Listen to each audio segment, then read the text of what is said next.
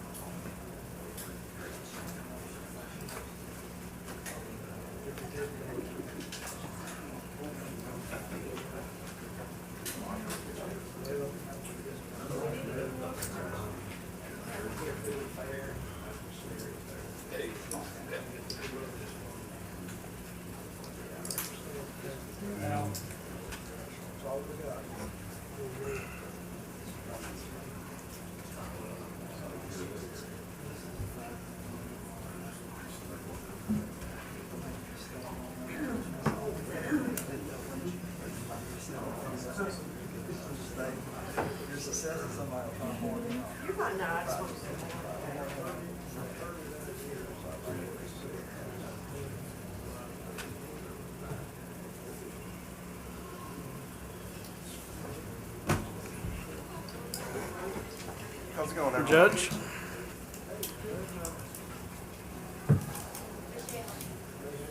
If something arises that I do need to speak, do I need to sign that paper?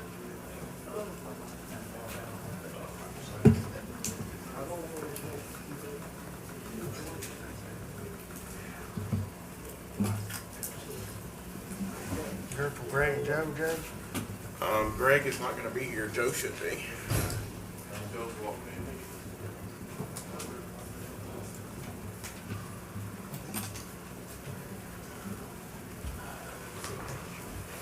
Did you say Greg was not gonna be here? Correct.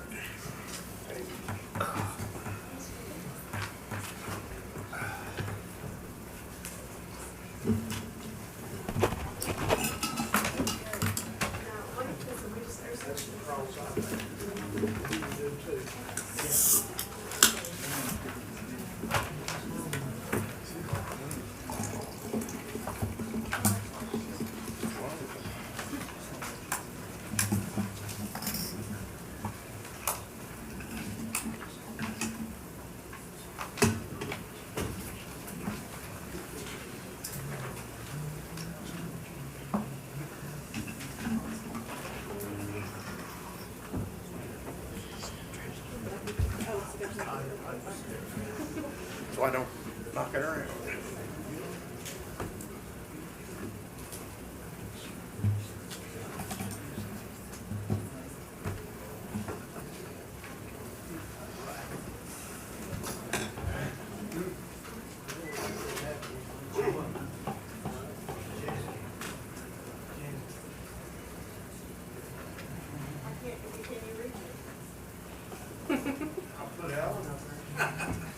Here, I'll give you a boost. I was like, I wanna see you all. Yes, sir, I think.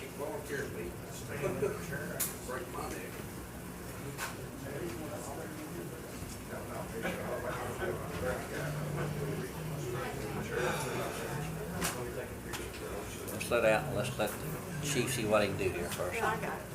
He needs a ladder. No, this is how we right next to it. We had a redneck girl minutes. Oh, you're gonna try to catch it with that? Just hope you're not gonna try to climb that, Janet. Yeah. Good job.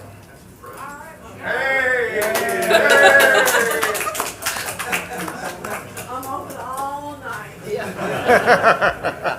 Fast as it goes. As fast as it goes, brother. It should be high, medium, low. Yeah. So it should be Usually the high. first one. It may just take it a minute. The It first may one's take a usually minute. high, Janet. Yeah. So you should be fine. It's gonna take off. Let her Should go. go faster. It's time. Now, Alex, after all that. Sorry, I wasn't paying attention. That's okay. Down this chair. Not me jumping. I thought I had it. There you go. You've done this before. There you go, right there. Look at that face. All right. Figuring things out. Well, look at how good that fan's going. I know it. Please ask the woman to do this. That's right. Okay. Let's get her. Already lost control.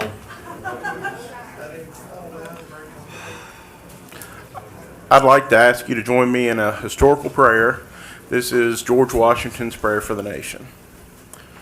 I make it my earnest prayer God would have the United States in his holy protection, that he would incline the hearts of the citizens to cultivate a spirit of subordination and obedience, to entertain a brotherly affection and love for one another, for their fellow citizens of the United States at large, particularly for their brethren who have served in the field, and finally, that he would most graciously be pleased to dispose us all to do justice, to love mercy, and to demean ourselves with charity, humility, and pacific temper of mind, which were the characteristics of the divine author of our blessed religion, and without a humble imitation of whose example in these things, we can never hope to be a happy nation. Amen. Now the pledge.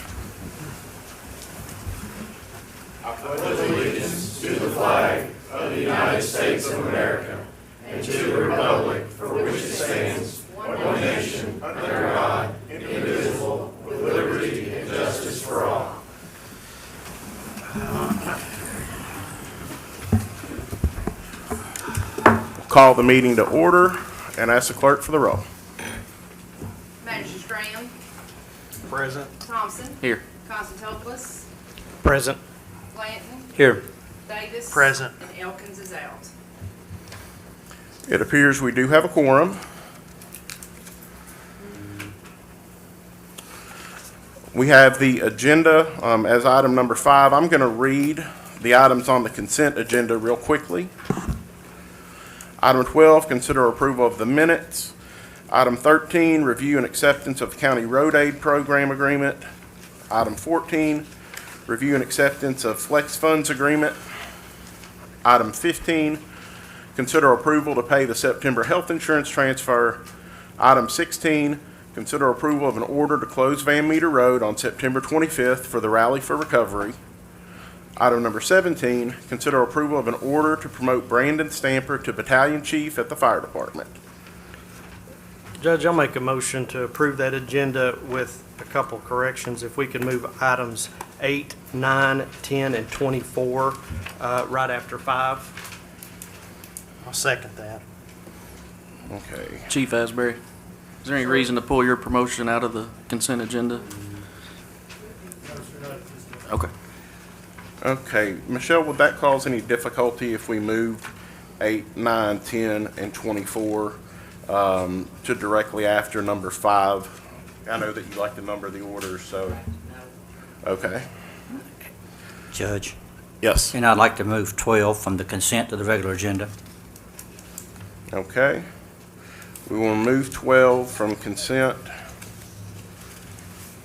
to the regular agenda. Any further changes? Motion made and seconded? Correct. All right. All those in favor, respond by saying aye. Aye. Any opposed? That motion carries.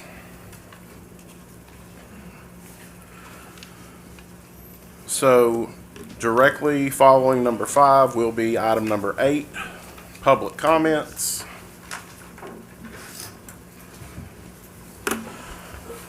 First, we have Deborah Fraley of McCullough Lane. I just talked to Elkins, and he just told me he'll take care of it, so. Okay, so you no longer need to speak? I mean, it doesn't look like they show. I think you guys are aware of everything going on. Okay. I mean, Yeah, that's an item later on our agenda, so we will be Judge, I think if discussing you it agree to later. let her speak at that time if she wants to, I think she'll be fine. Yeah, that's fine. That's a good idea, Travis. Dudley Taylor of Combs Ferry. You want to address the microphone, please, Mr. Taylor? I know it's going to be difficult to get out.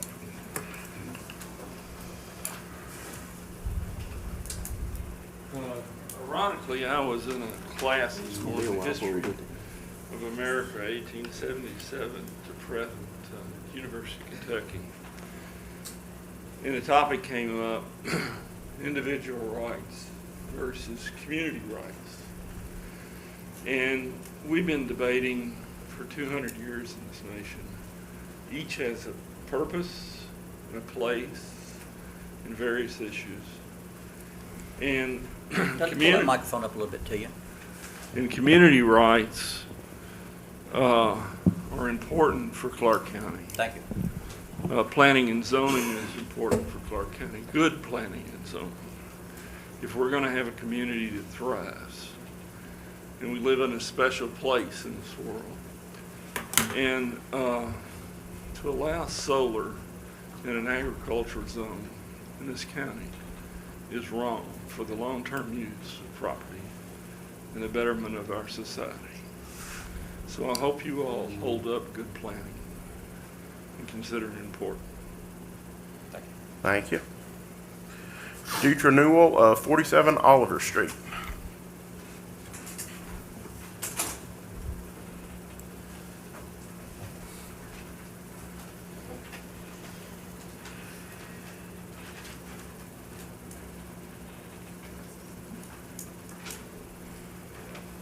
Good evening.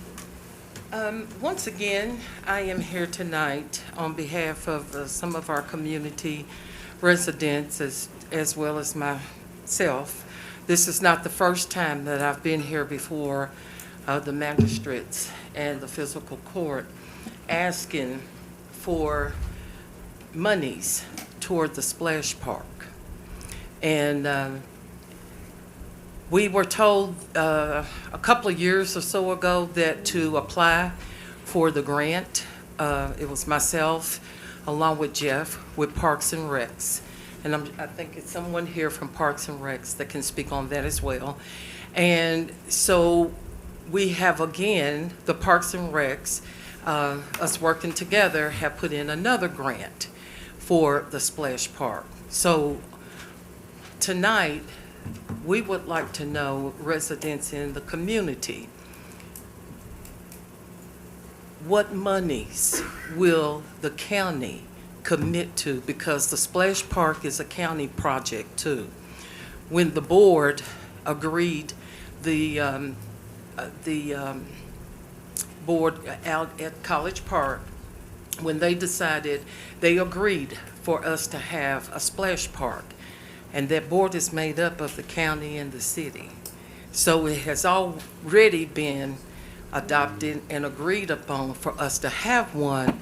There's just a problem of the county giving monies and resources to help put that in place. I have talked to Robert Blanton before. You told us that we get $10,000 and it would be matched.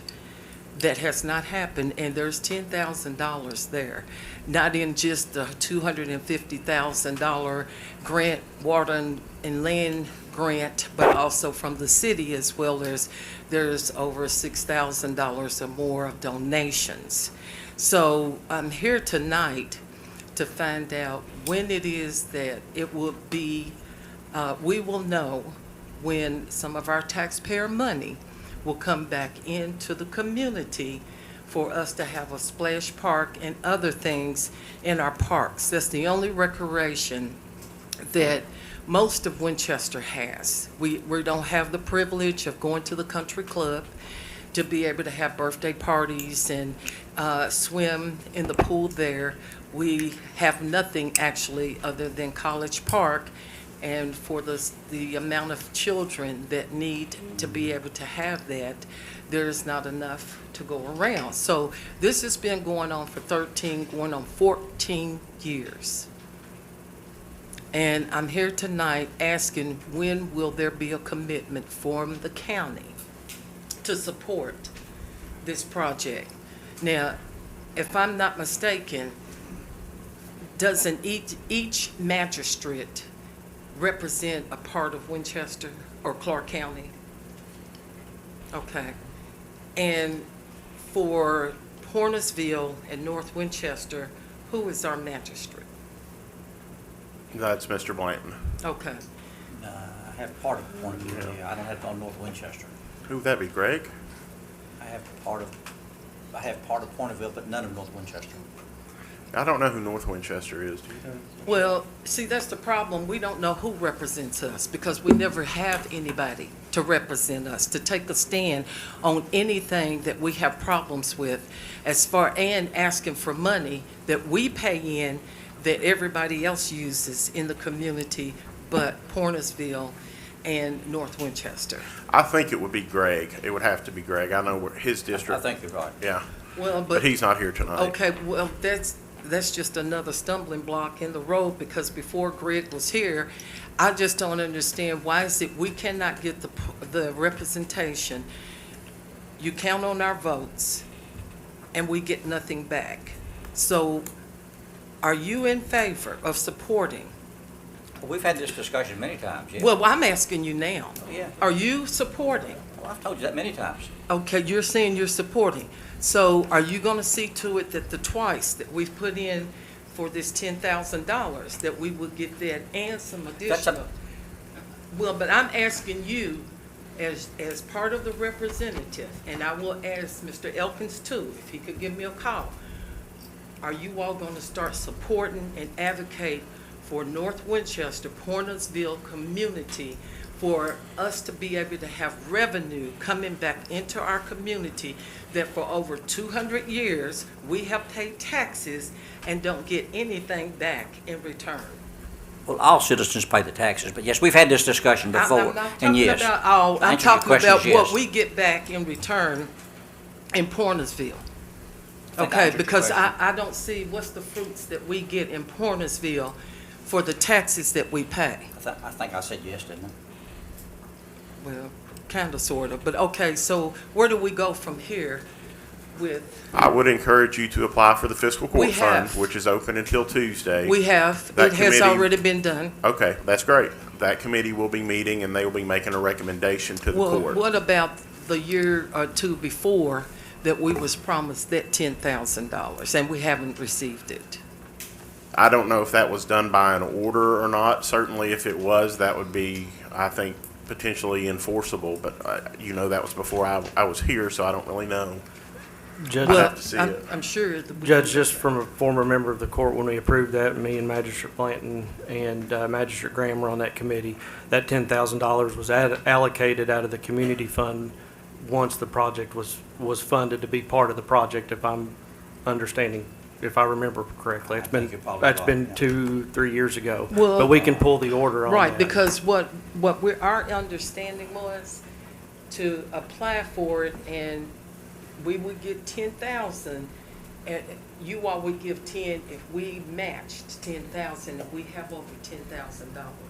So that we have never gotten, because nobody's never come back, because it's not been important enough to come back and say, okay, did you get your 10,000 yet? So we can give you that 10 and let's work on some more. We can pull the order. I can't remember exactly what it said from 2 years Okay, and when ago. will we have an answer back on that? Can we get an answer back on that? The next fiscal court meeting, come back and we'll talk about it. I'll get a copy of the order if there is one before then. There is. There is. Annually, there's an order that allocates those funds to those Yes. individuals who receive the And funding. it would have had the stipulations and everything in it, so we can pull Yeah, that. and it wasn't about once it was funded. It was about once we got $10,000, that you would match it. That's correct, right?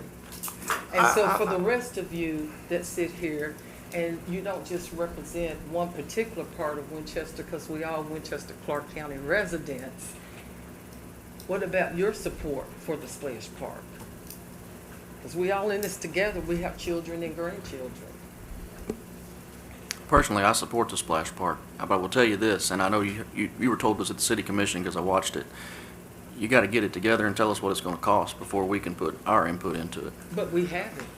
I've not seen it. I would Okay. love to see it. I've Well, not but seen the see, no- plans. I've not seen a okay, price. But we can do So- that. But you tell us. It's you hard tell for us to sit here and what- tell you we'll give you I some money when understand we that. don't know how much money you need. But see, we can't give you what you need if we don't know. Don't know what? So it would be what you need. What all do you need is what we will need Parks and Recs to have. In my opinion, we need a set of plans and a cost. Okay, because we have plans and we have a cost. Okay. I've not So- seen it. And I have so. given that. Do you remember, Daniel, I- before I gave everybody, and you might have been here too, Mr. Pace, I gave everybody, you maybe not because you weren't here either, Chris. But however, there are drawings and then there's a budget. I have some back there that I can give you. I think if you would get that to the judge's office, they'd be happy to make copies and disseminate it to all the magistrates on the court, and then we can get together just like the Definitely. judge, just like the judge suggested, and we can put it on an agenda and we can talk about it at a meeting. Okay. I'd also encourage you to stick around for a little while tonight. I think you're gonna see us put a significant financial contribution into Parks and Rec in general, and Harmon Field and Community Park, I think are within the area that you're talking about, and you're gonna see us make a significant financial contribution to that. Okay, because I also had some toys some equipment that are exercise equipment that they can use on the playgrounds to be able, because so many of our children are overweight. They have nothing to do. So I appreciate each one of this consideration to try to make a difference for our children. It didn't have to be about whether you like me or my idea or whether you whatever. It's about these kids and their future because they have nothing else to live for. And I just asked and encouraged that from this point on, we let the past be the past, but let's do better about lifting each other up and doing right by each other with every dollar is green. So it should account the same for each individual person and their child with what the needs are in this community as a whole. Thank you, Deidre. Thank you, Ms. Newell. Thank you. Okay, before we get into the presentations, I actually have a brief presentation. Mark Puckett, come on in. I'd like to take a moment to honor Commercial Vehicle Enforcement Officer and Clark County resident Mark Puckett. Mark was recently named Jason Kamick Officer of the Year for the Kentucky State Police. He was hired as an officer with the Kentucky State Police Vehicle Enforcement Division in 2012. Prior to that, he served 14 total years in the United States Army, 10 years active, 4 years with the National Guard, with multiple overseas deployments. He loves his job and he takes it very seriously. Mark enjoys spending time with his family and trap shooting. He's a devoted husband and father of 2, and take this from me, of the cutest kids you'll ever see. I'd like to make Mark Puckett a Clark County Colonel.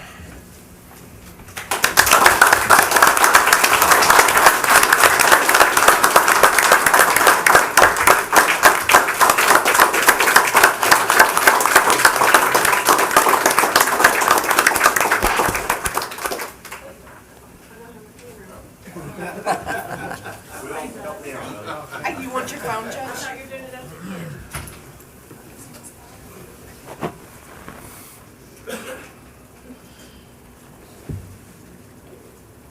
Thanks, guys.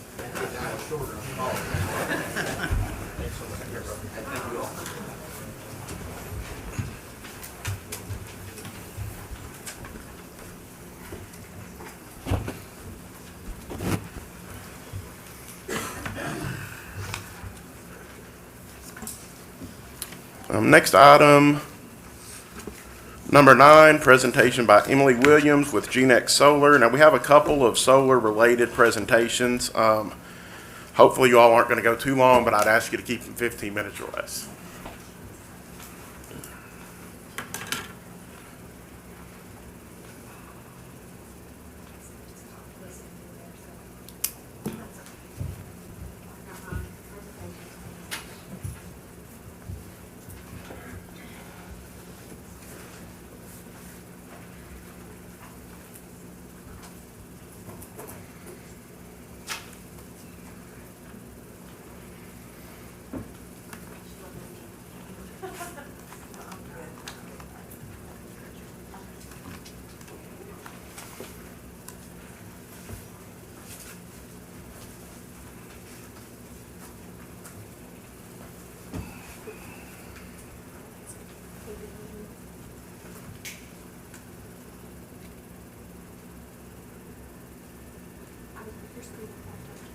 Oh, did it? Oh, that's good news. All right.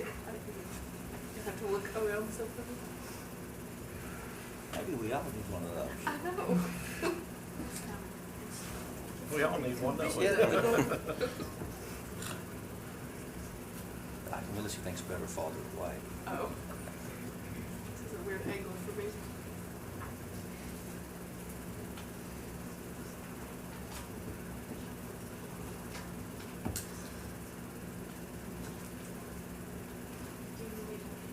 That would be, yes, thank you.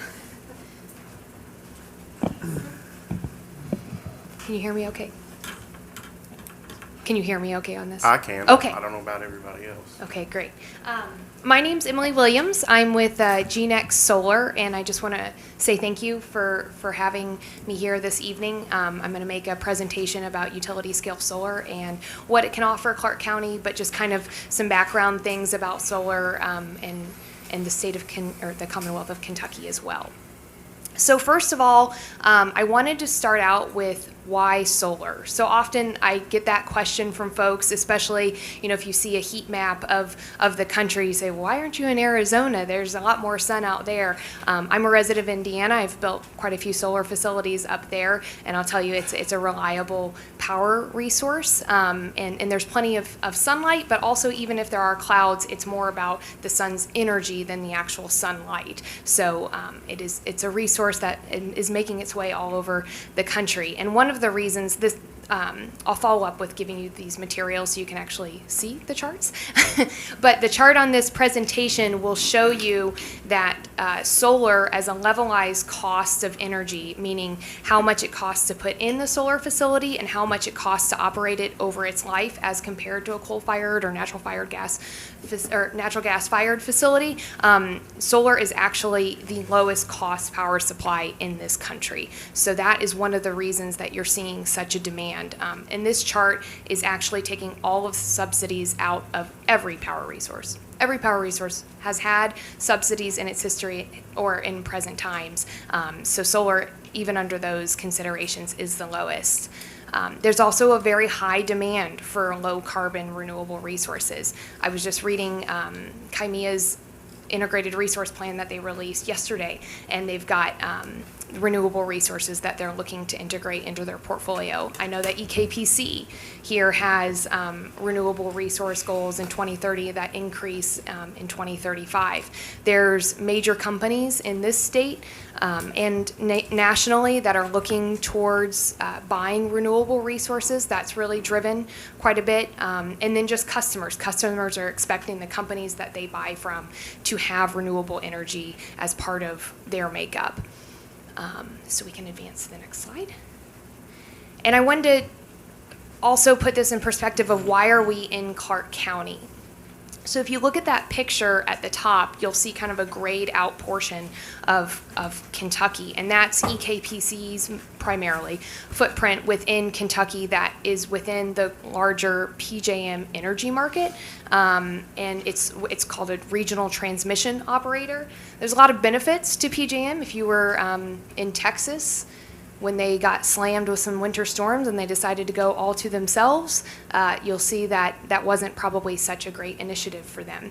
But in Indiana, Kentucky, Ohio, West Virginia, going further east, these states benefit from this shared resource portfolio. So if there's not sun one day in Kentucky, well, we're pulling from coal in Kentucky, or we're pulling from coal in Indiana or Illinois. So there's a lot of benefits to that. But one of the reasons we're here and how we kind of go through our process is there's transmission lines here in Clark County. That's how we first start looking at things, and then there's capacity on those transmission lines, and then we look at the surrounding land. There's quite a bit of land that's never suitable for solar. There's floodplains or wetlands. There can be karst. The topography could be such where it doesn't allow for there to be solar because the grade is so much. So we have to review all of those things. I get calls pretty routinely, and my company does, of people saying, hey, take my land for solar, and we can take about 1% of that land usually, just because it may not be anywhere near a transmission line or not not meet any of those other buckets that I was talking about. And then we also have landowners who voluntarily would like to lease their land for solar. So I do like to clarify that this is never a taking. We're a private company. That being said, I worked for a utility. I know utilities have taking powers, but we are not that. So this is all a voluntary process. It's very vetted by lawyers on their side, and so I just like to point that out as well. So I know we've been going through, and you all even longer than me, have been going through a solar ordinance discussion. And just something I want to say is you have an opportunity for you and these citizens to create good local development standards. If you look at that top chart, you'll notice that 3,563 megawatts are in the PJM interconnection queue of solar alone. So in that footprint that I showed you in that first map, there's over 3,500 megawatts at this point slated to go into that area. And so I just like to point out that solar is coming, and so it behooves local areas to create good development standards, because oftentimes if you are a utility, you don't have to follow those. And so we have an opportunity here for private companies to really work with their communities. I'll get into that, but GNX particularly we've been involved, we've been in the conversations, we've been trying to have more conversations with folks. We held a community event where we opened ourselves up to any questions that folks might have, participated in public hearings, involved ourselves in the Winchester Chamber. We sat down with the Clark Coalition to see, what their needs are, the community's needs, to see, how we might be able to work together. So we're at this stage of, we know this pipeline is coming. If it's not GNX or someone else, it could be someone else down the road. So I know that there's conversations at the state levels being discussed about solar. So it's just something that benefits all of us. I'm a citizen. I would want good development standards, setbacks, screening, dual use considerations, pollinators, making sure it's that the project plan is very vetted. When we get to that point, we're not there yet, we would be very public facing, and we would take individual homeowners' concerns into consideration. That may not happen down the road. And then the next picture underneath that is, oh, sorry, no, that's okay, is showing that at least the PJM footprint of Kentucky is actually importing its power. That means that there's benefits that this area is missing out on with having generation locally. So if we do go to the next slide, thank you. There's an opportunity here to keep these economic benefits local. This conversation would become much more robust if we were able to bring a project forward, but just to give you some sample figures on 100 megawatt, so you can easily multiply that in your mind. But just during construction, we're looking at $23 million in revenues. That's by wages, payroll taxes that are paid, investments that are made here locally from buying equipment and employing local folks. And then on an annual basis, you're talking $238,000 in revenue from the operations. Again, there's a lot of equipment rental, there's landscaping. As in the third bucket here, it talks about the local supply chain benefits. We work with engineers. The equipment rental alone, I've worked in operations, there's a lot of that that happens on these sites. But then in the second bucket is the property taxes. So I pulled a couple of property taxes based on the current farm ground, and you're looking at like 1,000 or 5,000 maybe on larger tracts. The assessed value under solar would increase that immensely. And so over the life of the project, if you're looking at 100 megawatts, it would be $5.5 million in property taxes. But then that's real property taxes, not only personal property taxes too, so taxes being made on the equipment as well. And if there were any sort of economic development agreement or pilot payment sort of situation that would be negotiated with the county that would allow more free flow of funds to fund things like a splash park, or, you know, if you have a wastewater treatment facility capacity project or a jail, or, you know, everything that a county needs, these are real taxes, real revenues that ask for no services in return. So there, you know, there's a road use agreement that would take care of any roads. There's drainage agreements to take care of any of that. But there's no extension of water or light or anything of that regard. So finally, just some possible uses for revenue again are infrastructure, education, if there's job creation needs here locally for a specific kind of industry, or there, you know, local economic development organizations need funds to attract and retain businesses here as well. So going back to good development, really what that means, we haven't had an opportunity really to come and educate what that could look like, because we're not there with the project, and we also want to be respectful of the county's ordinance process. But that being said, this is a real screenshot of one of the buffering plans that we put in place for another project here in Kentucky. And you'll see that there's a car in the road, and then there would be ground due to the setback that would be pollinators or other agriculture type uses. And then there would be a row of trees, and then you have the fence and the panels scaled. So that blended with the topography here, you know, I was driving down one of the roads recently, and I noticed that the road level was here and the ground level was way higher than I was. And so there's considerations like that that block the views of these kind of solar facilities, because we understand that not everyone may like the sight of them. Some people do.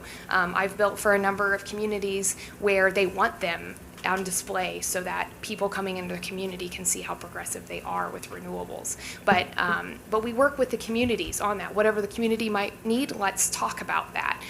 So there's mitigation measures as far as setbacks, screening, existing vegetation that would be kept, and then just, again, working with the terrain. So I like pointing out this picture. This is a real solar facility that GeneX developed, and I think we're sitting back on this picture about 300 feet. And that's a solar facility in the distance with screening. So it's very hard to see that solar facility, and that's just something that can be represented of what these facilities can look like. And then on just to property values, because of course that's going to be a concern. There are a number of studies, and I can follow up some information with this, some researched reports from all over the country that show that there are no negative property value impacts from these facilities because they don't have the type of characteristics that are associated with property degradation of value. There aren't hazardous materials. There's no odor. The noise from the fence line, you wouldn't be... You've got about a minute. Okay, thank you. Outside of construction, there's no traffic, and the appearance can be mitigated. So far as the land use, there's ground cover on there. We say it's a set-aside program similar to the CRP, but it's privately funded, where the CRP would be federally funded. It's driven posts, so there's not the disruption of soils. And then at the end of the lease, it can be returned to productive farmland. Just the point here that the permitting doesn't stop at the zoning ordinance. This is just layers of information of the other types of permitting. It's robust types of permitting that we have to go through for these large-scale facilities. And then lastly, I really just like to take you back to where I was in the beginning, that GeneX is very community-focused. We're here in the community. We like to be here in the community more and listen and learn about folks and see how we might make these projects work for the benefit of Clark County. Thank you. Thank you. Do any of the magistrates have questions? Just for transparency purposes, are you representing yourself, an individual, or a group of people? I'm with GeneX Solar. But is GeneX Solar representing a group of Clark Countyans or an individual Clark Countyan, or do you have client, or you're just here because you're a good good citizen, I guess. You're not representing anybody tonight. No, so I mean, GNEX is active in the county. We have an interconnection queue position for a solar facility in Clark County, and we have interested landowners in a project if that were to come to be. Okay, so you're representing people who you're negotiating with to install a facility. It can be stated that way, sure. Okay, thank you. Okay, thank you. Oh, I do have one quick question. 100 megawatts, how many acres does that take? So it really varies. The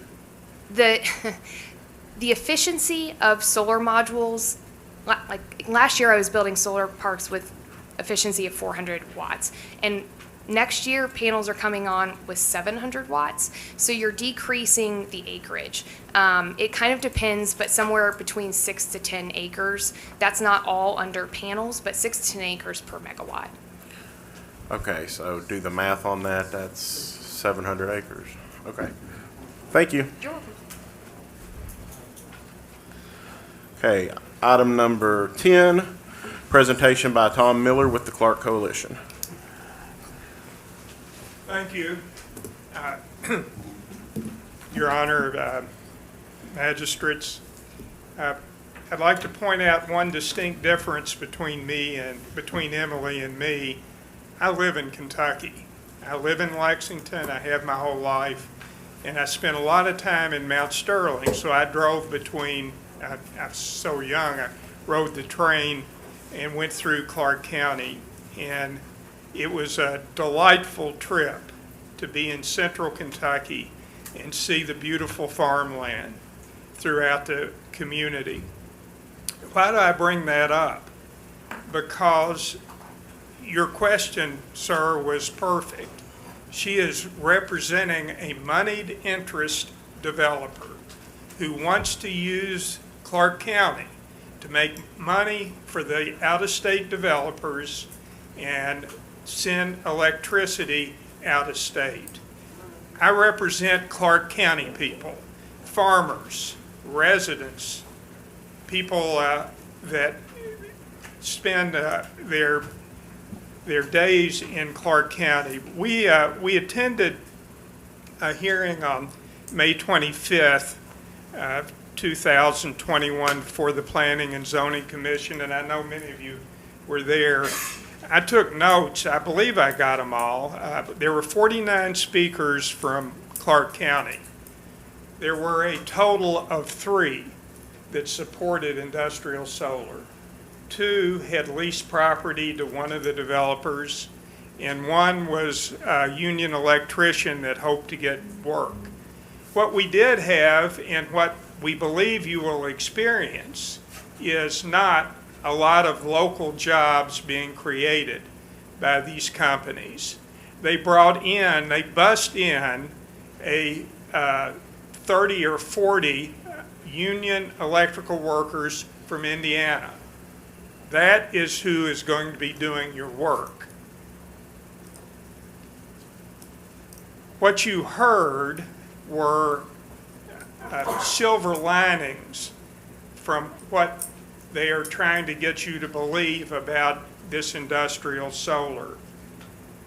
And throughout her presentation, it was about fear that the state might do something, or inaccurate statements. I'll give you real economic numbers, and we presented this as evidence before the Planning and Zoning Commission. We passed out notebooks and have these in there. Yeah, they're educating the public. They're paying $200 for people to show up for their informational events. It was advertised as $200 per person. So solar is coming, is what she's saying, and you better take care of yourself, or they will control it, or the state will. At the speakers that presented at the Planning and Zoning Commission that were Clark County residents were farmers, teachers, business people, CPAs, Senator Alvarado and another physician, legislator Ryan Dotson, a pastor, scientists, bankers, lawyers, speaking as a farmer, and a singer. And they all had very good reasons why the community will suffer if you start taking the prime agricultural land and turning it into a solar factory. For instance, Allison F. Davis has a long presentation in our notebook. She has a PhD in agricultural economics, a professor at UK Department of Agricultural Economics.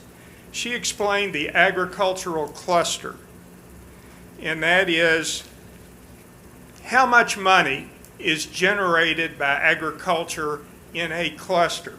So in Clark County, it accounts for 1,373 jobs and $197 million in annual output. Compare that to the few $1,000s that solar electric What was that number panels. again? Sir? What was that number again? In Clark County, the agricultural cluster accounts for 1,373 jobs. The annual economic output is $197 million. She also had quite a bit of demographics from Clark County. From 2015 to 2020, agriculture had the largest increase in jobs among all sectors. Direct income to farmers in 2018 was $38,129,250 jobs. Directly employed at farms, 1,057.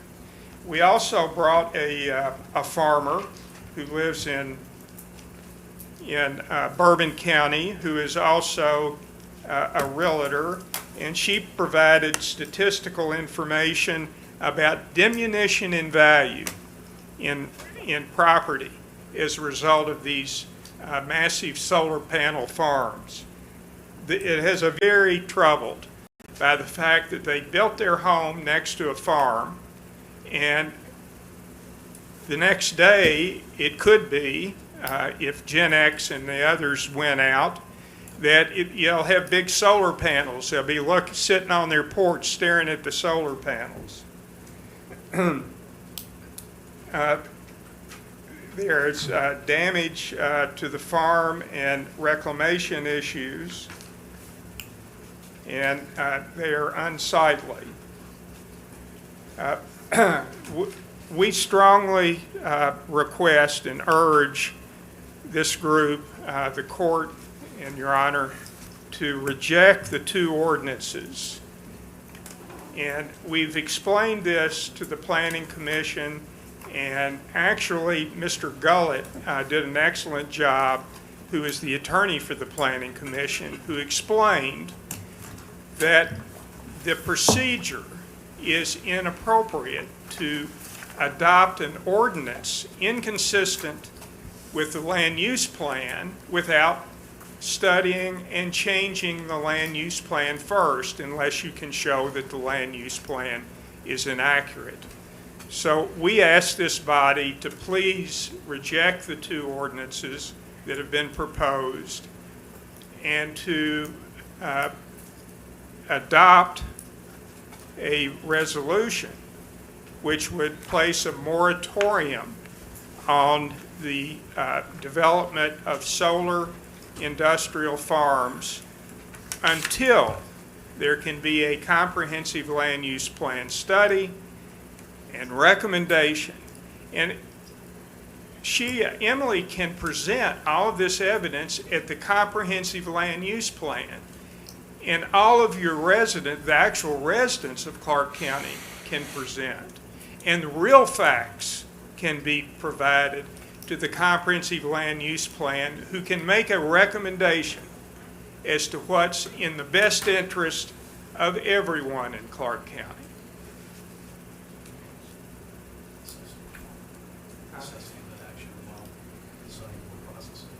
Yes, the one, it has been mentioned, and Judge, it's in my letter to you of the implied threat of the developers to go directly to the siting board and ask that it take away local control of their land use and put it in a state body of individuals who don't know Clark County.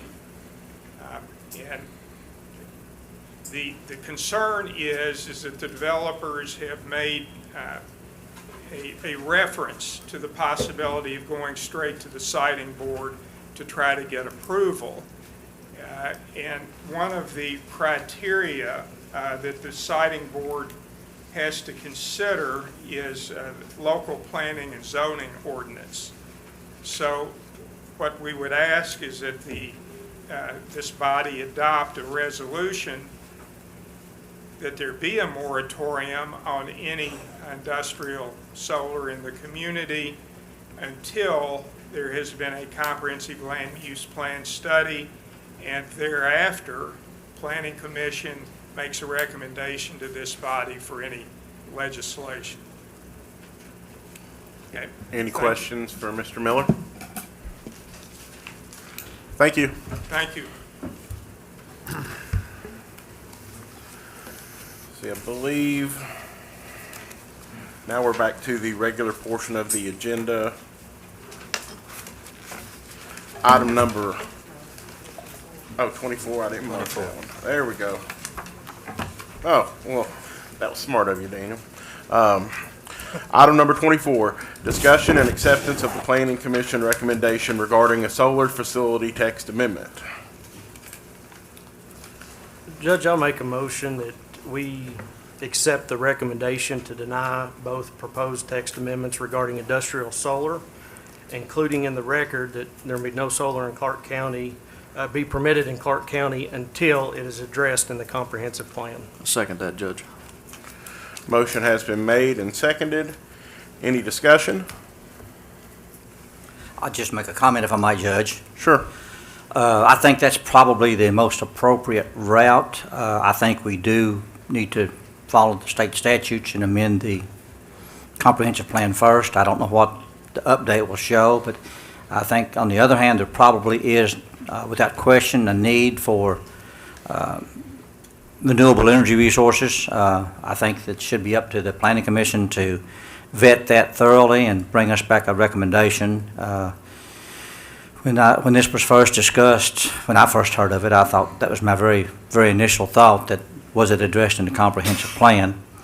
And I think I have always tried to uphold the Planning Commission's recommendation, notwithstanding some other issues that has come up with them, but it appears as though they have thoroughly gone through the process and have realized that they do need to amend the comprehensive plan, and I would second what Daniel says. I would hope that would be the right process to go through. But again, I think we need to address this issue, and when we do, I would hope that we come up with some mechanism by which the county can license these panels or license these sites to where that there's a recurring revenue for the county, because I'm not sure that with the decommissioning plan with bonds that really works, but I think there needs to be a revenue source for the county that's recurring in the event that, there's so many unknowns about this. So, yeah, I would concur with the motion. Further discussion? Just to clarify, Magistrate Constantopoulos, I want to make sure I understand what you're saying correctly. Your recommendation is that we accept the recommendation, or your motion is we accept the recommendation to deny both of the ordinances before us and to impose, Well, to include in the record that there's no industrial solar will be permitted in Clark County until it's addressed and adopted in the comprehensive plan. okay, I agree. certainly, all right. I think that, your clear intention is to preserve local control. Surely that's clear on that motion. Yeah. Any further discussion? Seeing none, all those in favor respond by saying aye. Aye. Any opposed? That motion carries.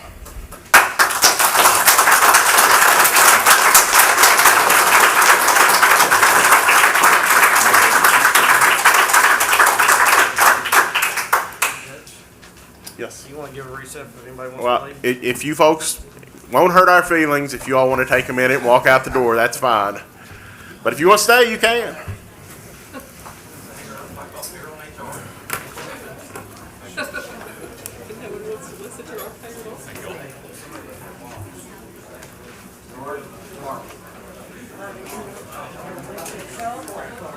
Let's do it right now. Motion to accept the recommendation. Opposed, table minutes.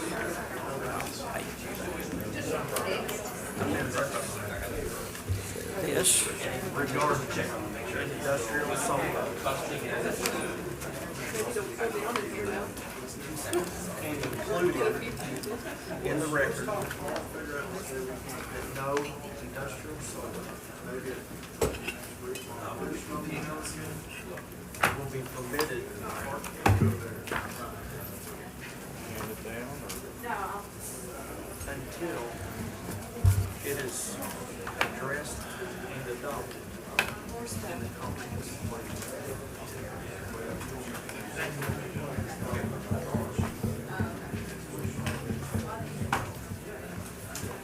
Oh, more. Oh.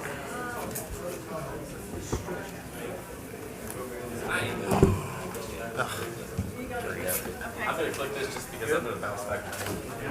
Yeah, you can grab that. That actually gives me some room, so I appreciate it. Unless you all really want this thing. I might take this too, okay? No, you can't, you can't read it, I can barely, I was trying to see if I can read mine. I literally scribbled it here while I was writing. Trying to phrase it the way I want to phrase it.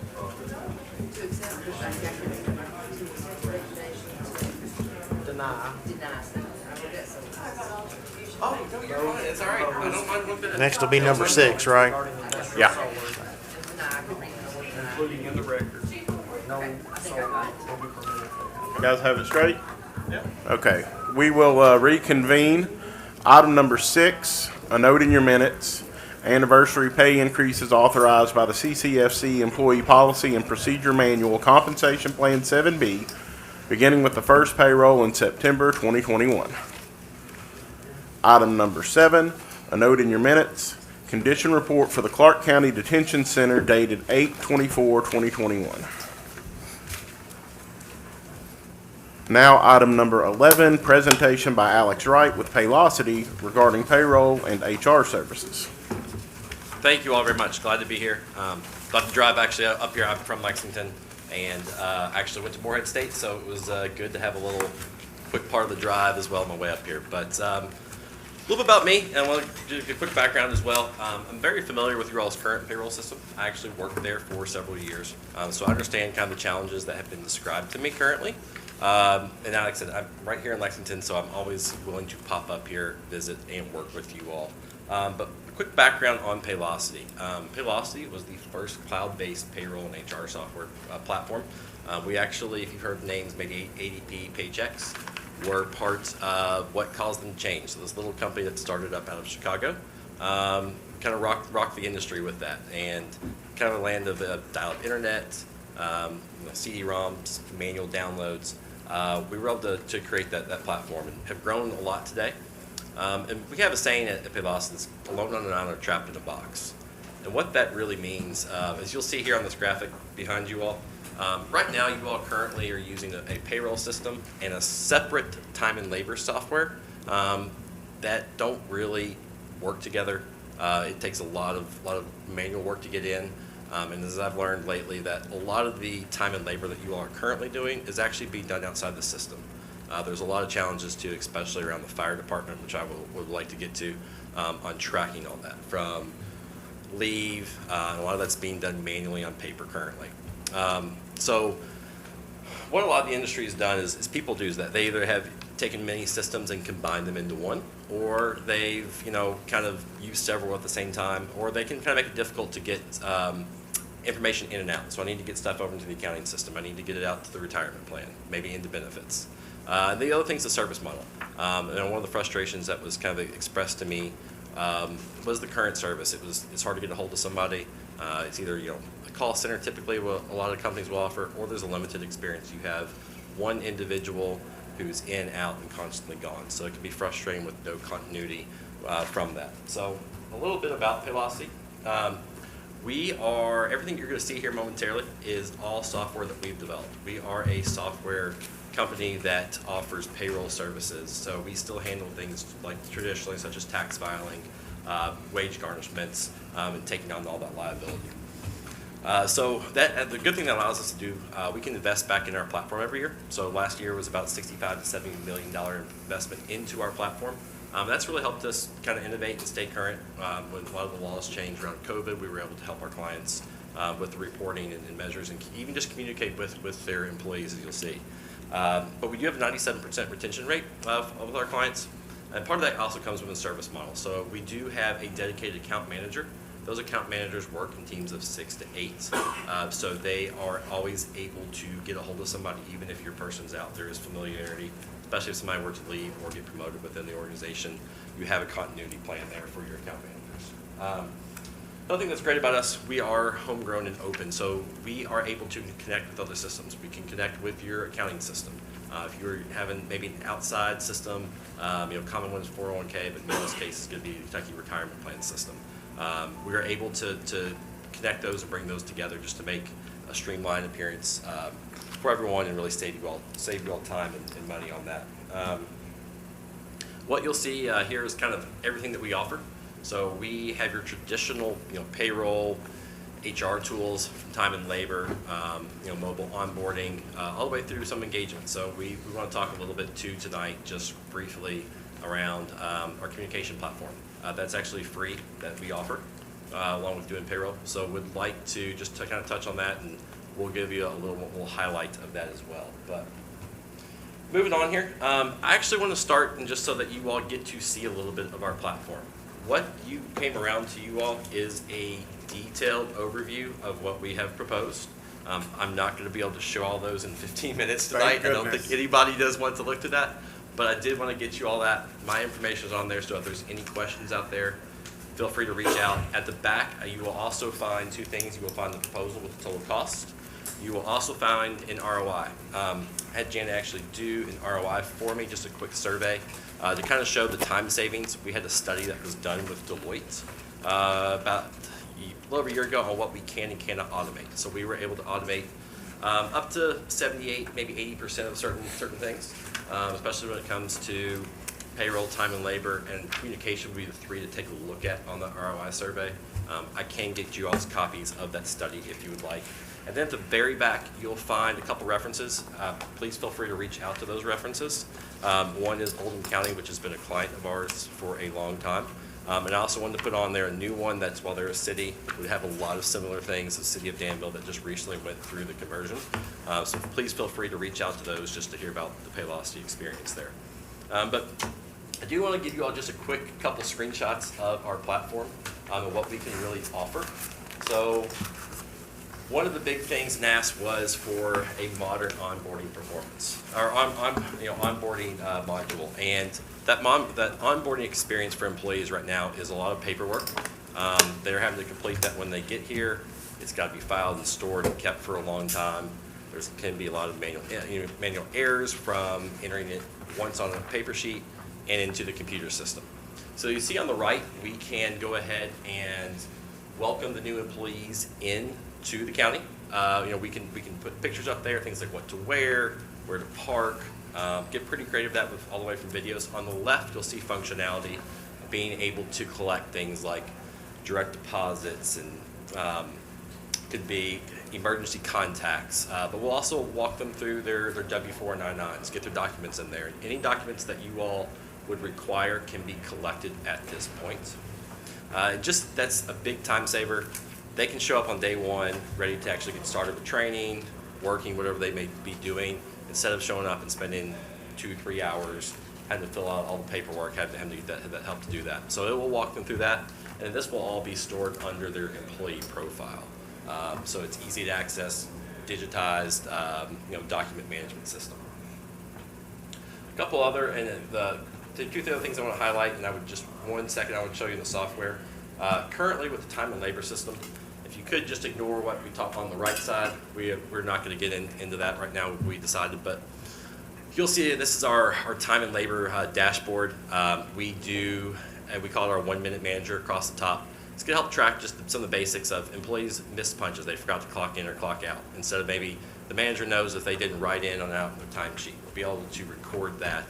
This can't be digitally altered, so it can't have employees coming in, writing in 15 minutes early, maybe taking off and writing 15 minutes later. And that can add up 20, 30 minutes really quickly from that. So to keep them honest, we're also going to give you, the automated PTO. So being able to see that PTO request, allowing managers and supervisors to really get in there and approve those instead of having to go through a long approval process. But one of the other big things request was also currently with the fire department cannot manage their time because of the 48-hour shifts. Our system allows for those shifts to be built out in here, so that you can have those shifts span multiple days, and being able to track that. You can also then swap them and then bring them all into payroll all within the same system in any way you might need to. So it's just easier for them to be able to track, because right now the current system that you're paying for can't do that. So that's one thing, and if we want to ever dive into that, I'm happy to go in and show the full demo on that one. One of the other great things that comes with this as well is not only the reporting. So there's a need for better reporting. I know right now it's very difficult for the retirement plan to get to the state. We have a very robust reporting system. I actually just went through that with the city of Danville and getting those reports to them. It's already something that we've done. It's just actually customizing it to you all, but we are able to really improve and make an upgrade on the retirement plan, or on the retirement reporting as well as across the platform. We also will include some analytics. So there's going to be an extension of this reporting. We are starting to use things more like AI in here, and being able to predict things like turnover, and as well as tracking that. So you'll see up there the red bubbles are like trouble. We'll help you filter out and see where your turnover is coming from, whether that's by position, supervisor, certain employee department. We're able to do that. We're also able to do that along with labor. So we'll help you identify where your overtime costs may be coming from, what areas it may be, department, wherever that is. We can give you that data so that you all can kind of help make better decisions and be a cost cutting there. Last thing I just wanted to point out and give you just a minute or two here to ask me questions. We also do currently have a system for communication. This is going to look a little bit like a social media platform for your company, or in this case the county. But not only is it going to be able to produce things where employees can work together in groups, you can post notifications out. You can push out announcements, and announcements could be pushed out to every employee instantly. Instead of having to send a whole bunch of individual texts, mass emails, it's going to hit their phone just like a notification would show up on a message. And I can actually filter that out all the way down to an individual employee, location, or if I need to get something out to everybody in the case of an emergency, maybe it's just a 2-hour weather delay. I'm able to push that out directly to everybody just by doing that one time. And within this is something that we include for free just as a value add along with our payroll and time and labor.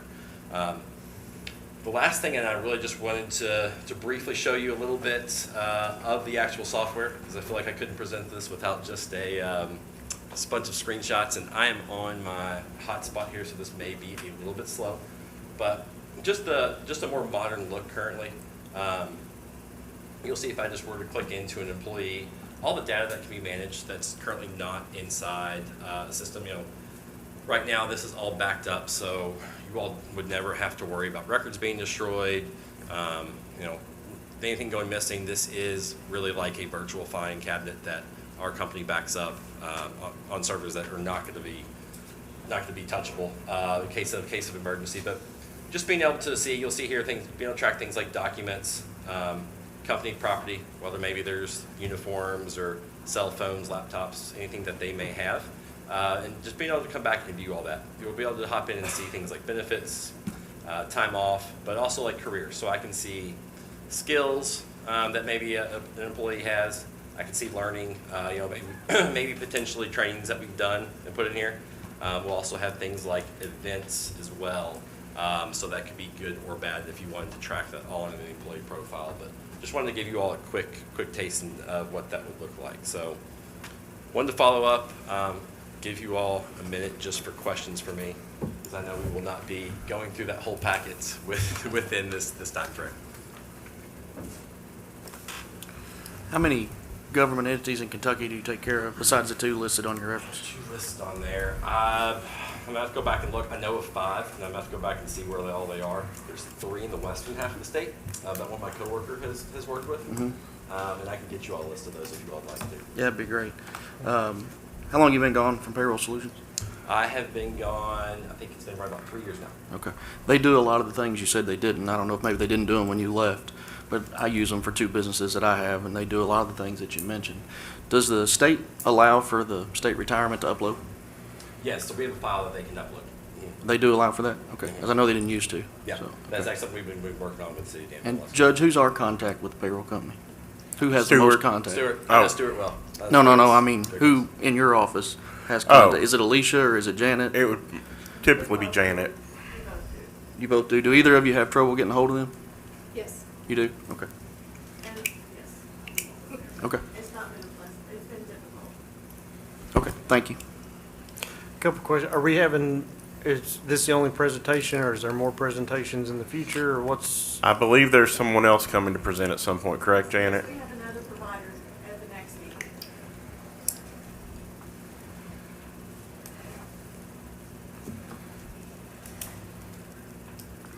Anything else? All good?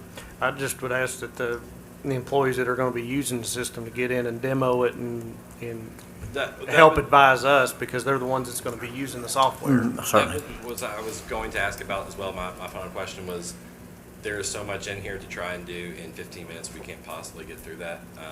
I don't think it was even wise to make, in my opinion, to make a decision without having the employees actually view a demo. So we would love to set up a demo that would constitute about 75 to 90 minutes sometime. That's our- Okay. I'm sure you can arrange that. Absolutely. A question not for you, but for staff. How did we, I guess, contact potential vendors? Did we send out something or solicit information or? No, we always are getting some contacts from potential vendors. But Okay. when we started having concerns with their current provider, we just started taking those calls. Okay. We started Okay. responding. Thank you. Okay. Thank you. You're welcome. Appreciate it. Thank you all for your time. Thank you.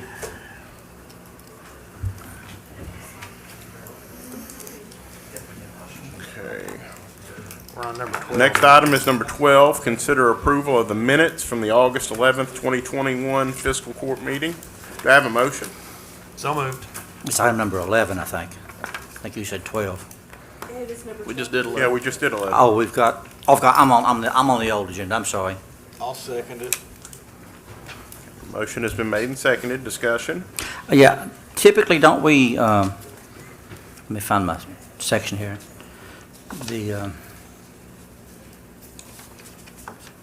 Sorry for the delay. With regards to compensation increases for payrolls, don't we typically attach that list and note it as an attachment to the minutes? The list is on the memo. But it's not attached to the minutes. It's not attached. We just attached the memo. It doesn't say attach, or it doesn't say attachment for anybody to look at, or, The names, I mean, the it- names are there. Is there something you need? just so long as we can find it in the future, it doesn't, not very clear. I know it's happened a couple other times and I've missed it, but I'll fix it. if you could clear that up for us, Michelle, I will. appreciate it. Any other comments, questions? All right.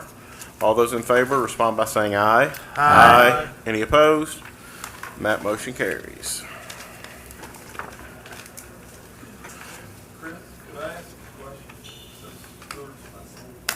Well, real quick, usually we have people either do.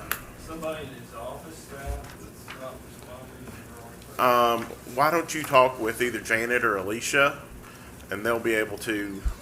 I've already talked to, yes, we've had a conversation on the phone. Today? Was that today? Yesterday. Yesterday, okay. I think so. It was either yesterday or Friday, I can't remember, but he and I had talked, and he was invited to come, and that he said he might come, so. He was here earlier. Oh, He was left, yeah. So we had a conversation, and I gave him specifics. All right. Okay, item number 18, consider approval of the transfers. Is there a motion? Motion to approve. Is there a second? Second. Any discussion? What's the nature of this transfer? Appropriations to refunds treasurer? What's that? Whenever, the city, they budget, to give us, money for, animal control, for Right. emergency management, and for solid waste, related activities. And, when she gave me the budget, like, numbers, she, she included the spay and neuter grant amount of $10,000, and that is actually something that the city awards to the animal shelter, and they manage that. And so that was given an error, and so I needed to return that $10,000 to the city. Okay, thank you. You're welcome. Any further discussion? Seeing none, all those in favor respond by saying aye. Aye. Any opposed? That motion carries. Item number 19, consider approval of the bills list. So moved. Second. Any discussion? Seeing none, all those in favor respond by saying aye. Aye. Any opposed? And that motion carries. Item number 20, consider approval of an order to file a lien and foreclosure to collect amounts owed relating to 111 McCullough Lane. Motion to moved. approve. Second. Okay, well, Just wanted them to to. all of these guys. I heard Travis, I think Travis and. It's my district, Chris Judge, I'll Davis take it. were the quickest on the draw there. Chris Davis. Thank you. Discussion? Seeing none, all those in favor respond by saying aye. Aye. Any opposed? That motion carries. Item number 21, consider approval of an order for the Clark County Fiscal Court to share the cost with the City of Winchester to renovate parks that are jointly owned. College Park, Harmon Park, and Likens Park. Is there a motion? Motion to approve. Second. Motion has been made and seconded. Discussion? This figure is half of the total amount for those particular parks, is that correct? That's three correct. parks, So, yes. but how are we addressing the other parks? Are we not going to address the other parks at this point? Well, I mean, that's the amount that's in our budget is a $315,000. It's going to put our payment close to right at what we budgeted. We're the three jointly owned We're parks. the three jointly owned parks, Right. and based on our conversations and our meetings, we talked about those parks, the other parks that are included on there are solely owned by the city. That's assets of them. So I don't know if there's appetite from the city to do all those parks right now, but, you know, I felt that this was the best thing to bring before the fiscal court to get movement on it, because these parks need to be drastically addressed. I mean, they're dilapidated. I mean, you go look at the tennis courts, you look at the basketball goals, you look at the basketball courts, all that is going to be updated. We'll actually be adding pickleball courts at College Park. I think it's turning one tennis court into four courts. Four pickleball courts, and also addressing Likens Parks. And those are really, you know, from information that I'd received from Jeff. I know he had begun getting some preliminary information from the surveys and stuff, is that those three parks appear to be the most majority used, you know, with the highest traffic, so. Yeah, and I think that the rationale for pulling those particular parks out, aside from the fact that they're the most used, you know, we have, the way I view it, as a property owner, you have a responsibility for the upkeep of the property that you own. You know, we hold a lease, a deed, a fee in this property. So if it becomes, you know, subject to disrepair, we have a responsibility to correct that on the property that we own. So I don't think there's much question that that this is a project that we ought to do, because it's our responsibility to do it. Okay, now, the order doesn't specify the three parks. I would feel more comfortable since the ownership could change or at some point in time may be different. I think we need to spell out those parks and those amounts. Because I would hope that at some point in time, the other parks could be addressed regardless of who owns them. On the heels of that, is it broken down which park is how much of that It 600? doesn't. Yeah, here's In the college. attached paperwork. I will read it. It was in Thank the, it was in the bid. So College Park was a total of $203,000. That was $183,000 for, that was one tennis court, and then converting the other one to 4 pickleball courts, and that included the basketball courts, okay? Community in Harmon was $205,000. That was for the $151,000 for the tennis courts, $54,000 for the basketball courts. And then, Likens Park was $205,000. That included doing 3 tennis courts and 1 basketball So court. it's just about split 3 ways? Just about split 3 ways? Yeah. And so, I mean, they're almost equally, I think. I mean, Harmon / Community and Likens are both, $2,000 more than what's going at College Park. Real quick, Deidre, we don't usually take comments outside of public comment. Okay, you said that it's 200,000 for Harmon and community? 205. Okay, so that's 100,000. That's 102.5 from us. One, Correct. but Likens gets 200,000. No. No, they're all around 200,000.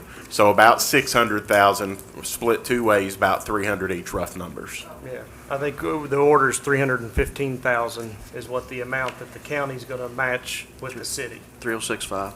Thank you, At 306. some point in time, I know this is out of the ordinary, but some things that would be helpful is the exercise, play toys, equipments for the children. I'd like to be looked at, to be considered, not as only for recreation, but for health benefits, medical benefits for our kids at these parks.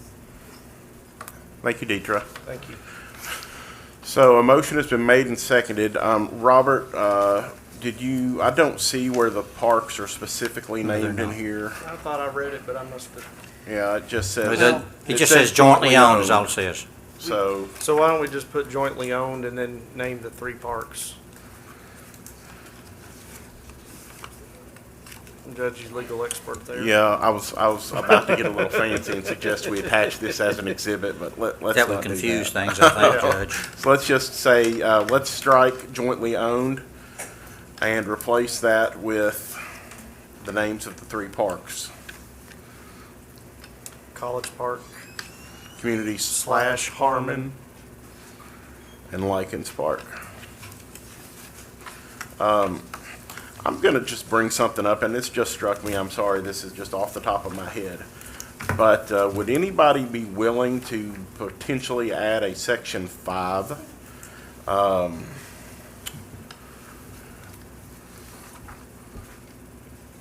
Commentary to the effect of we invite the Greater Clark Foundation to participate in this as well if they so wish.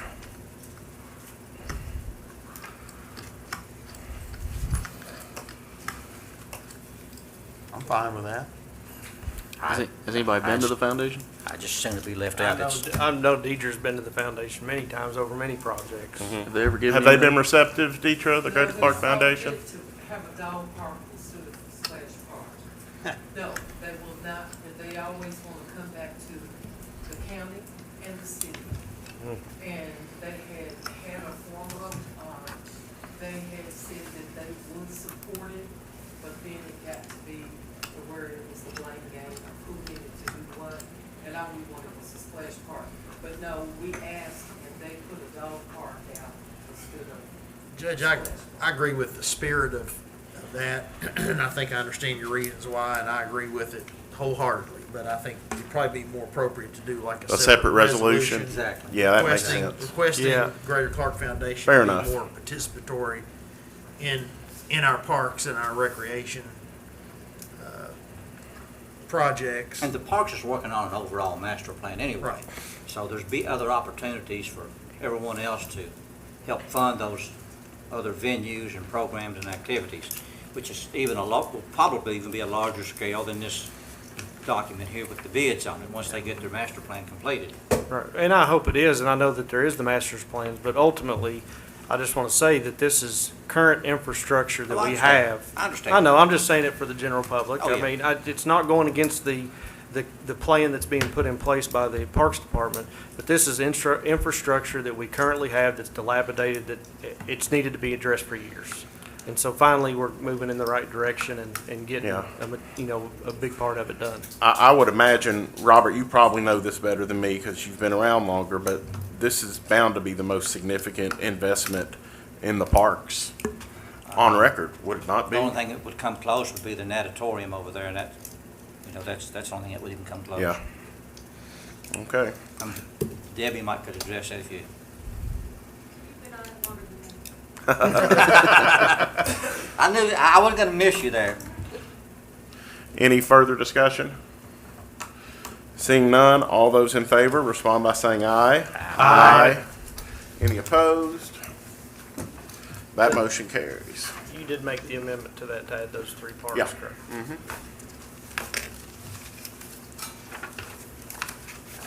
Item number 23, discussion of a settlement for Clark County Animal Shelter and approval of an order to transfer the funds. Do I have a motion, or do we want to discuss first? I'll make a motion for discussion. Okay. Is that order or Second. Motion has been made and seconded. Discussion. I didn't see it either. Do we have that order in our packet, Judge? Don't, I didn't think I so. didn't see it. because it's a potential. Do we have it here? Gotcha. I've got it. Can I come down? Go ahead. Do you want to come and join me, Addie? You don't get out of it, sorry, girl. I'm trying to sit in the middle so I can get out and everybody Well, else. everybody left you right there. Except my row. Chose the wrong row.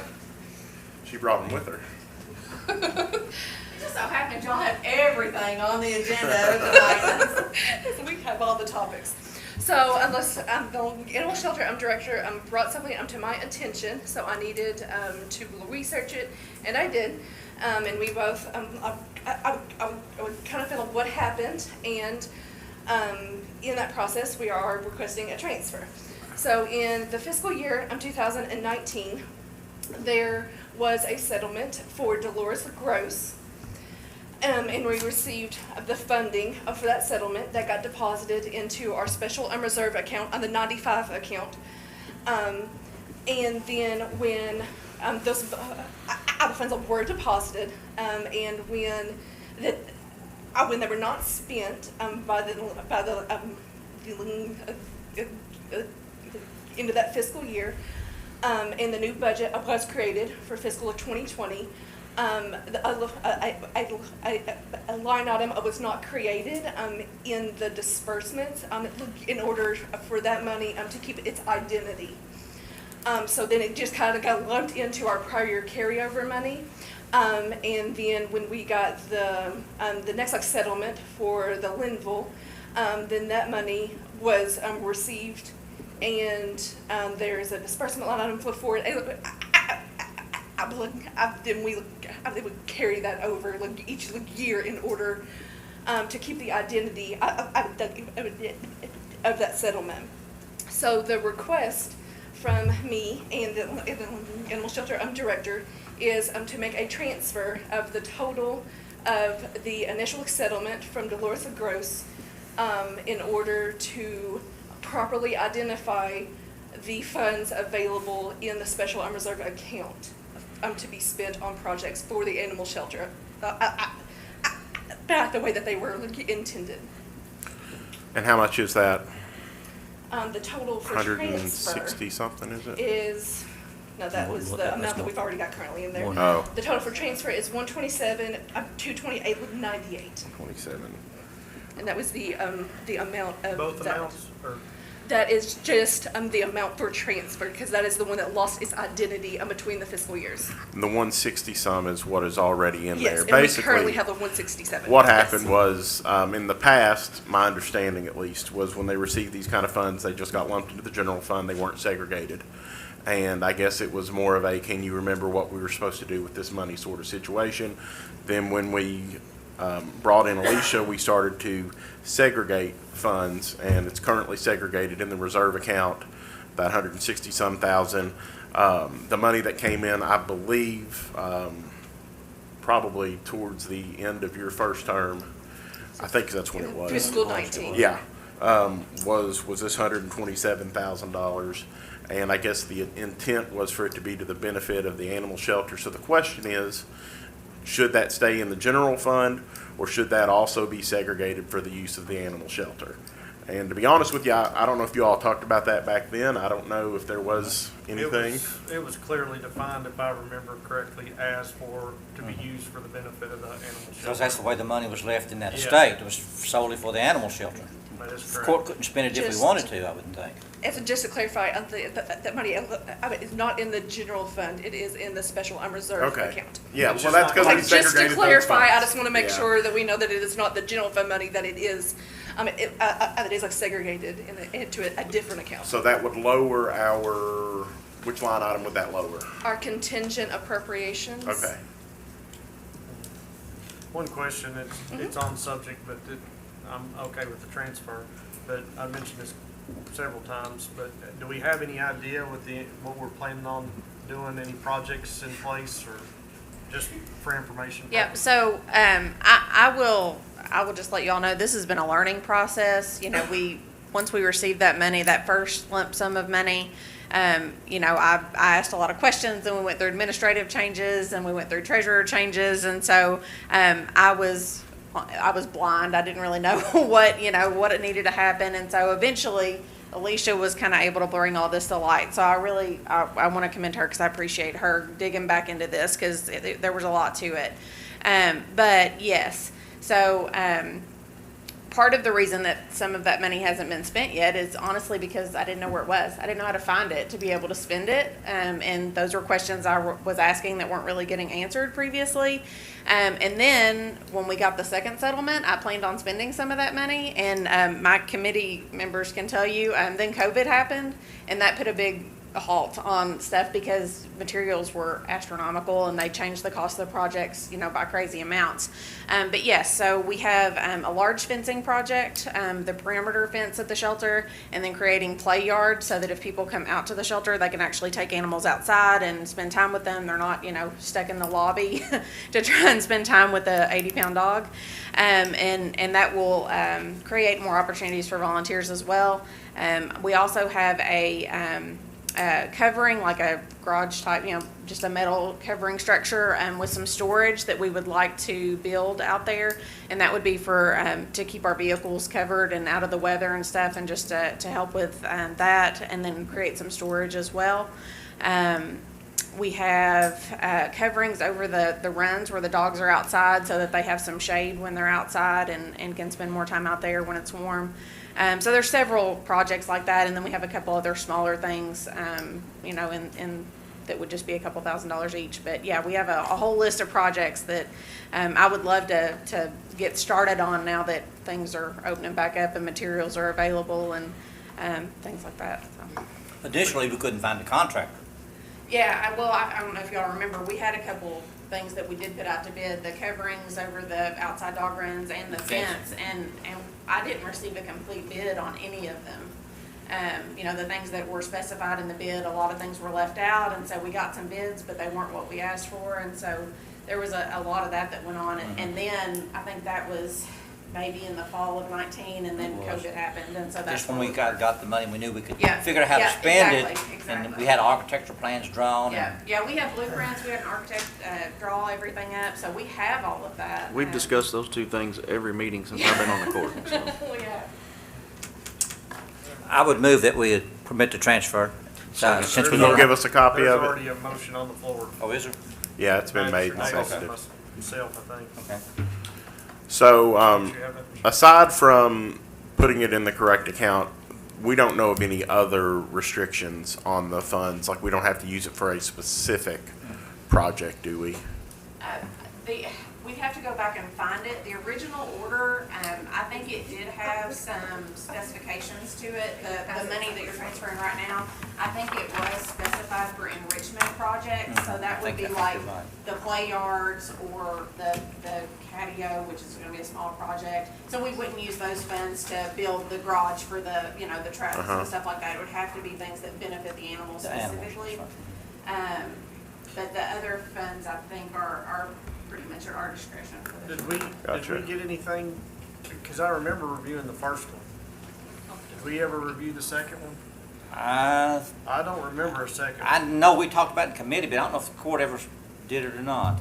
I know we had. What do you mean by review? Are you talking about the money from Edward Jones? Edward Jones, that's what they're talking about. I mean, Yeah, that's the money we've got in there right now. And we talked about it at the court several times.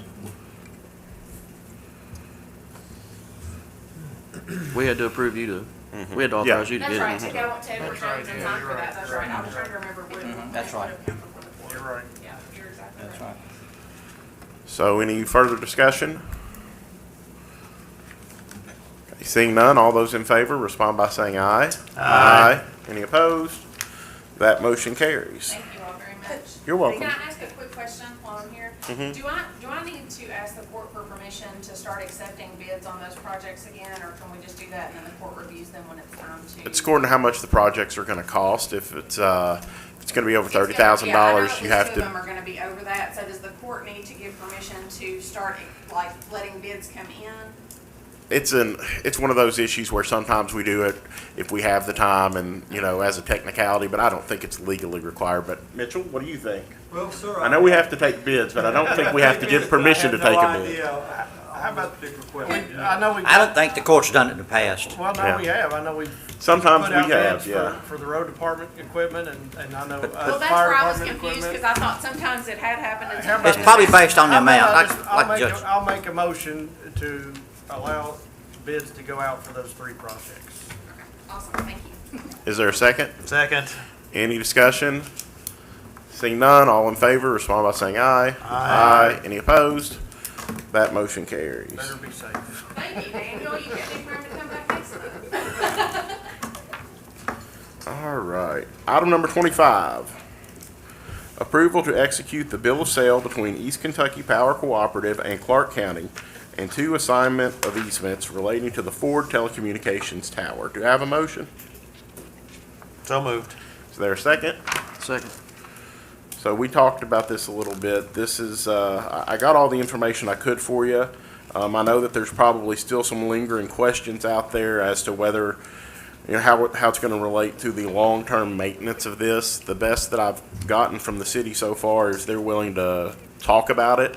My assumption would be that CSEP will cover those kind of costs related to that for the next couple of years, and then after that, we will need some sort of long-term agreement in place, or as, the named property owner, it will be our responsibility for the upkeep, and I guess we would have to, strong-arm somebody into making a lease agreement to pay for using them. But hopefully we can straighten things out between now and then, but we don't have anything right now, so if that's something that concerns you, just keep in mind East Kentucky wants to move on this by the end of the month. The county attorney has reviewed this, Yeah. and it's okay with him. He's approved it in form, but not in substance, I guess you would say.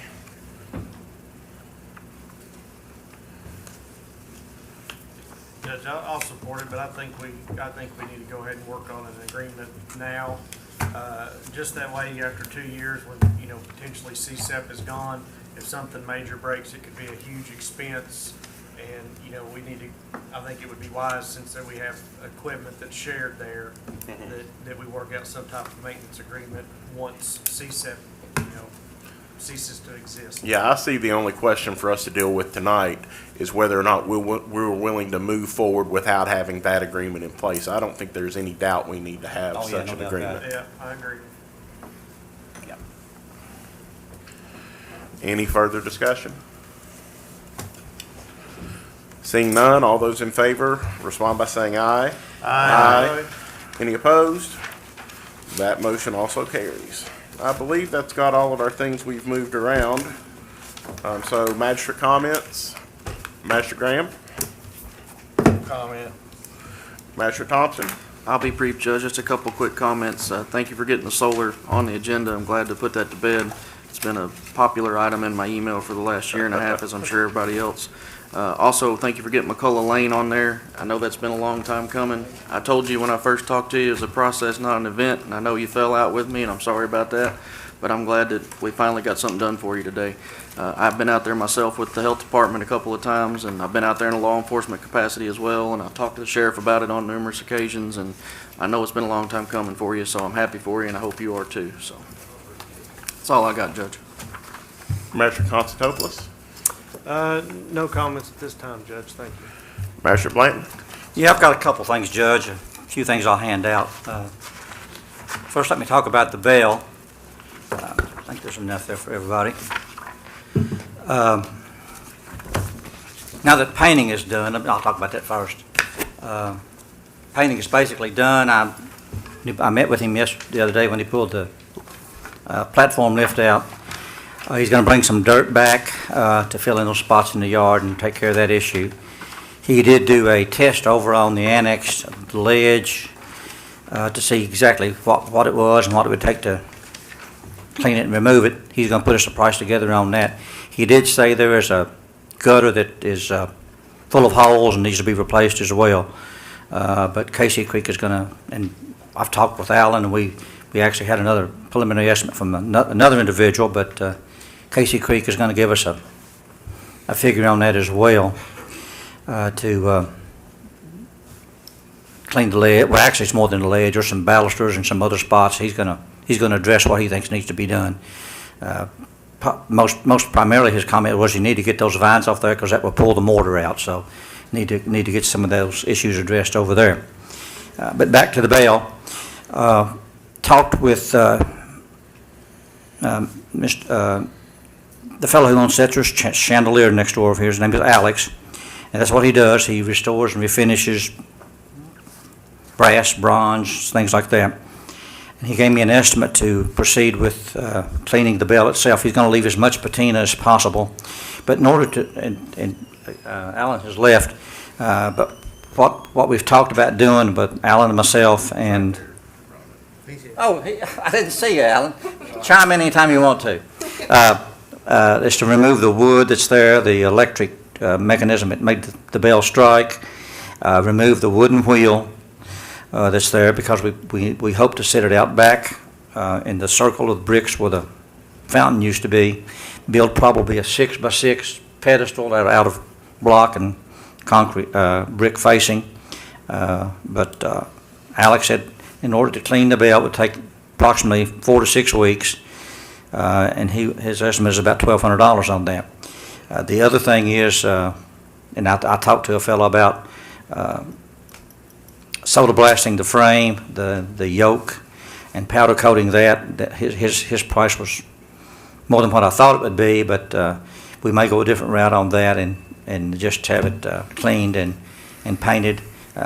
Don't have a firm number on that, but at least if we could get started on the bell itself, it would entail, and I want you all to be aware of what's going to happen, is the wooden wheel that you see in that first picture would be removed, and then the frame itself would be cleaned and either powder coated or painted with automotive paint, and then Alex would clean the bell, and we would put either a powder coat or a clear coat lacquer on the bell, and then Alan says he thinks he has a guy on board who could probably build the pedestal out back for us with just pay for his time out of LGE and go buy the materials. So that's kind of where we're going on that. Want y'all to know what we're doing and kind of get a consensus if that's okay or not. And if you don't like that plan, we'll back up and punt. Right, Alan? Yes, sir. But I guess the first thing is, and Alan said he can detach the bell from the yoke, and Alex said we can get it to him. He can start on it, and we'll have that done and get the framework done, and while we're building the pedestal. I'm pretty sure you'll do a good job getting it cleaned. I'm confident Alan can get it constructed, so I don't have a problem with those. Now, you total project, you're looking at a couple grand. Yeah. By the time you clean it, build it, and put the display up. That was better than the 24,000 we were looking at. Well, I didn't want to get things started without the courthouse done, get it in the way, but that's, Similar to the city halls, just it'd be similar to that. very similar to that, except we might do ours a little taller, a little wider, a little bigger. Just a little bit. So if that's okay with the court, we can kind of proceed unless there's a, I'm in favor. Yeah, I think we're good on that. okay, well, I'll get you in touch with Alex and we can work that out. And I'm gonna call the fellow back about the powder coat in the frame and see, Yeah, I since got we, that taken care of, the frames. okay, you did, Yeah, it's pretty much gonna do it for free. okay, great. I knew we had talked about that. That's good. Okay, the second thing is, you can see the picture of the courthouse, and I don't know when it was taken. But you see two lamp posts in front with a single globe, probably 9 or 10 foot tall, probably based on the height of the men in the picture. I'd like to put those back. Can't find them originals, I'm sure, but if we could find something that would replicate that, remove the planters and replicate those lamp posts. Don't have any idea what they cost. I haven't looked at it. Didn't know if the court would be amenable to that. Don't know how long they would. I think those lights would be similar to the porch lights that's up on the second floor. Looks to me like they're probably the same. But I can look into that. I didn't want to spend time if it was something the court didn't want to do. We'd have to lose the two wooden planters that's out there. That I thought they were the beautification committee, but Kitty tells me they're not. They're the county. So just another thought is, and actually there was a landscape plan that was done back in '07 that suggested that we do that. Was to put those lamps. They also suggested some other stuff I really didn't think was such a good idea, like removing the brick and some other things, but we'd have to get electric service to them some way or another. I'm sure there's a reason they were removed in the first place. I'd say bad electric. That's why the 5 glow lamps were removed on Main Street. They were shorting out and had bad electric service to them. But don't have to act on that tonight. Just so you would know that was a recommendation of that plan. But if you want to act on tonight, feel free, and I'll do some research and see what. I think those at the museum bought, which aren't near as big, I think they might be aluminum. I think they were, I can't remember what they were. I'm thinking $800, $900 a piece. I can't remember. But I would think since these are bigger and heavier, would probably be a little bit more expensive. Okay. Thank you, Robert. I've got a couple more things. I'm sorry. Let me check my list off here. I know we got an email from Perry Wilson about compensation. We haven't addressed that still. At some point in time, could we put that on the agenda and address that? I know back when second time she addressed us, we had intensive hiring some folks, and that hadn't occurred either, but I would like to get that put to rest at some point in the near future. As I would the admin code we discussed on June the 26th, and there was. Yeah, the admin code is a work in progress, but things keep coming up. Do we have a date at all to try to finalize that? No, I can't promise Okay. you, but it's a work in progress. Work in progress, okay. I guess that's it. Thank you. Magistrate Davis? Nothing, Judge. Thank you. Judge, I've got something, if you don't mind. Just Real a quick. request. Okay. At times, obviously, we're back in here, it's extremely hot. Can we put some ceiling fans in? Yeah, I don't know that that's feasible with this building. I guess I could have somebody take a look at it, but probably easier to do split level air conditioning than that, if I was guessing. Mini split. Yeah. And, I suggested that for all the window air conditioners several years ago. It needs to be addressed one way or the other. Yeah, I agree with you. Okay, I don't think I really have any comments, so motion to adjourn. Is there a second? Second. Any discussion? Seeing none, all those in favor respond by saying aye. Aye. Any opposed? Okay, we stand adjourned at 8:13.